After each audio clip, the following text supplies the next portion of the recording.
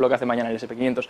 Pero ya yéndonos a otro mercado que sí que va un poco más alineado con el ciclo económico, es ese mercado inmobiliario y ese mercado en el que de hecho topa unos tipos de interés que no ha visto en décadas, un Euribor que ya está por encima del 4%, unos tipos de la FED que, bueno, aunque estamos pronosticando que posiblemente bajen en el futuro, los tipos hipotecarios medios a 30 años están ya por encima del 7% en Estados Unidos.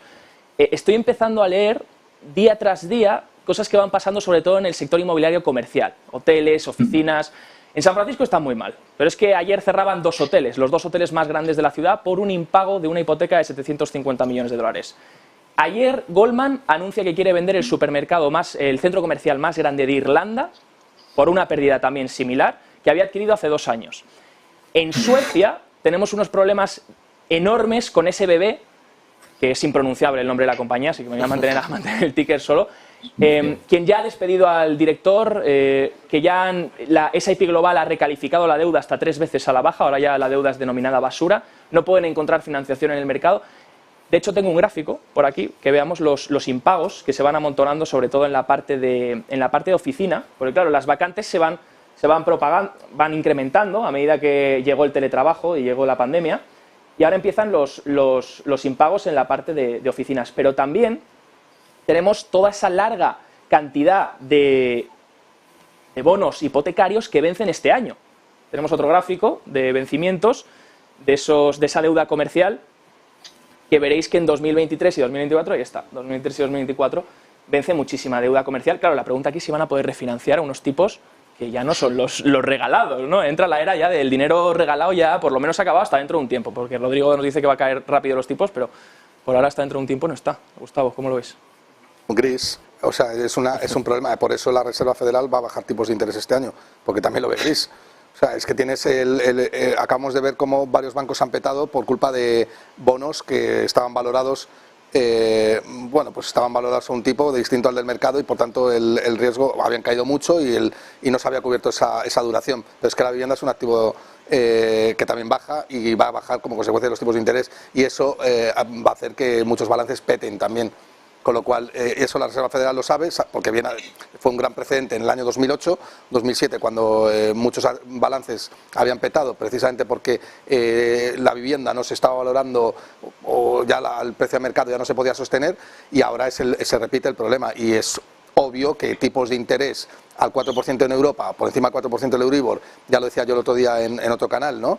Y por encima del 7% en Estados Unidos va a provocar una corrección del mercado inmobiliario muy pronunciada. Eso que no le quepa duda a nadie, ¿no? Porque yo hay mucha gente que estoy escuchando, no, es que los pisos no bajan, es que no sé qué, es que en Madrid no hay oferta. No hay oferta, pero vamos a ver, alma de cántaro, y perdóname la expresión, no hay oferta, pero si la oferta es la que había hace 2 o 3 meses, con la diferencia de que la demanda ahora se ha deprimido muchísimo, con lo cual menor oferta, que sigue siendo rígida, pero la demanda cae, el precio tiene que caer y eso se va a ajustar, eso lo vamos a ver, ¿no? José, ¿opinas igual? Sí. Ya de hecho lo hemos visto en España, ¿no? El otro día se informaron no los tengo aquí a mano, pero los informaron datos de caída bastante importante. En Madrid han caído las ventas un 30%, que no los precios, pero sí las ventas. Pero o sea, es que primero empieza por ahí. El ajuste es lento. Suecia tampoco hay oferta, por ejemplo, y el mercado ha caído más de un 10%. De hecho, estamos viendo cómo el sector inmobiliario en general está cayendo en todo el mundo, ¿eh? Ya pasó en Estados Unidos, en China, recordar esa quiebra de Evergrande y todo lo que pasó con su sistema inmobiliario también. En UK hemos conocido también esta semana los datos y caída interanual. En Suecia, lo has comentado, SBB, el principal fondo inmobiliario, que tuvo un shock hace poco, una caída del 20% en un solo día y muy ligado al commercial real estate. Y en España, estoy muy de acuerdo con Gustavo, van a caer los precios. De hecho, es un mercado muy similar al sueco, lo has comentado, oferta rígida o un poquito intervenida por el poder político, en grandes ciudades sobre todo, en Suecia lo mismo, Estocolmo, Malmo, aquí por ejemplo podemos pensar en Barcelona, Madrid, y sin embargo, evidentemente la subida de los tipos de interés y la caída de la demanda de hipotecas pues afecta tarde o temprano al precio de la vivienda. En Suecia la caída ha sido muy gorda, en España es verdad que hay una diferencia, que es que no hemos recuperado aún los precios del año 2008, estamos en ello, y por tanto la caída quizás pueda ser menor, pero desde luego va a afectar con casi total seguridad, y yo espero que empecemos a verlo ya en los siguientes trimestres, así que paciencia, si alguien quiere invertir que no es mi caso, en el real estate, porque creo que veremos precios bastante atractivos. Pero fíjate lo que acaba de decir y con esto termino, Basa, que es muy interesante, ¿no? Paciencia. ¿Qué significa esto? Que el poder de negociación lo tiene el comprador. y ya lo ha perdido el vendedor, y eso significa máxima presión a la baja de tipos de interés, es decir, hay un cambio de tendencia del negocio inmobiliario clarísimo. Un vendedor que encima está esperando a ver si vuelve otra vez a reactivarse todo, vuelve a calmar y parece que no llega. Y que le van a entrar las prisas y por tanto va a estar dispuesto a asumir rebajas de un 10 o un 15%. O sea, es un cambio de tendencia en el mercado inmobiliario clarísimo. Y el otro día has dicho algo muy interesante, Gustavo, porque dices, las cosas están tardando más. Pero claro, el otro día me decía una persona, le decía, estamos comparando a lo mejor este mercado con mercados anteriores, pero es que lo que ha hecho la Reserva Federal esta vez no se había hecho nunca antes. Exactamente. Sí. La expansión cuantitativa que se ha llevado a cabo anteriormente, estamos ante un nuevo escenario, completamente nuevo, y donde la liquidez todavía parece ser que sigue quedando, sigue todavía a niveles altos de liquidez. Rodrigo, mercado inmobiliario, ¿cómo lo ves?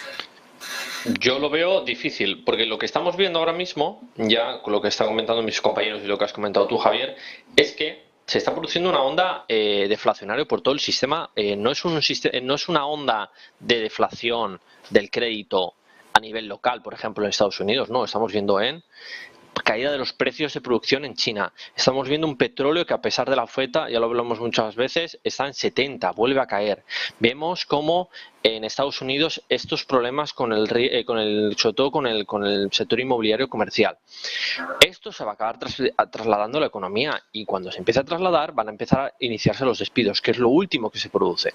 Y cuando se empiecen a producir todo esto, los bancos centrales van a actuar probablemente bajando tipos de interés, y eso no va a ser bueno. Por eso no es que me desconcierte las subidas de las bolsas, porque siempre he dicho que pueden subir las bolsas y el mercado y las bases de la economía están haciendo otra cosa. Por ello yo el sector inmobiliario lo veo complicado, sobre todo porque si fueran a subir tipos porque la economía está creciendo y hay una buena economía, se están pidiendo créditos y está expandiéndose la producción, pues no pasaría nada, se podrían soportar los tipos. Pero tal y como está la economía y cómo está el nivel de endeudamiento, el sistema no puede admitir estos tipos de interés. Y un 5%, un 5 y pico por ciento, un 6%, cuando el mundo está endeudado a la tasa que está hoy, son los mismos tipos de interés que estaban, por ejemplo, en los años 80, con un endeudamiento del 40% y tipos al 20%. De hecho, la presión sobre el sistema hoy con estos tipos supera con creces la intentona de Paul Volcker. Por eso van a tener que caer los tipos de interés. Bueno, yo quisiera aportar una reflexión adicional a esto, y es el hecho que ha señalado de Goldman Sachs y su retirada de su posición en Irlanda. Una cosa son realmente los problemas que tiene el sector real estate, y yo creo que el síntoma, o sea, el titular realmente es: hemos cambiado de protagonista en él, el poder lo tiene el consumidor, lo ha dicho antes Gustavo, pero yo creo que ese ejemplo nos habla de algo que va más allá.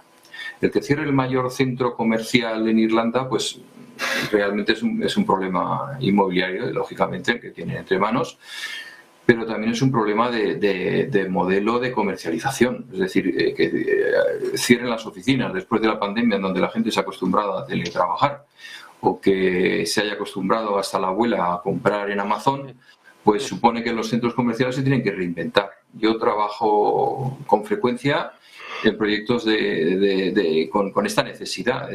Vamos a generar una experiencia de marca en el punto de venta que supere con creces el hecho de que lo recibas tranquilamente en tu casa un día de lluvia, ¿no? Tiene que pasar algo más maravilloso. Vamos a construir una oficina en donde sea más deseable trabajar físicamente y compartir un espacio, y sea incluso más rentable para todos, ¿de acuerdo?, que tener a todas las personas diseminadas en sus respectivos rincones, ¿no? Bueno, yo creo que aquí se junta el hambre con las ganas de comer, en el sentido de que efectivamente hay menos dinero, pero también hay un cambio de modelo de hábitos de consumo y del consumidor, ¿no? Y eso lo vamos a ver reflejado. Este es un apunte que quería hacer al margen de mis compañeros. Muy interesante eso, Eduardo, de que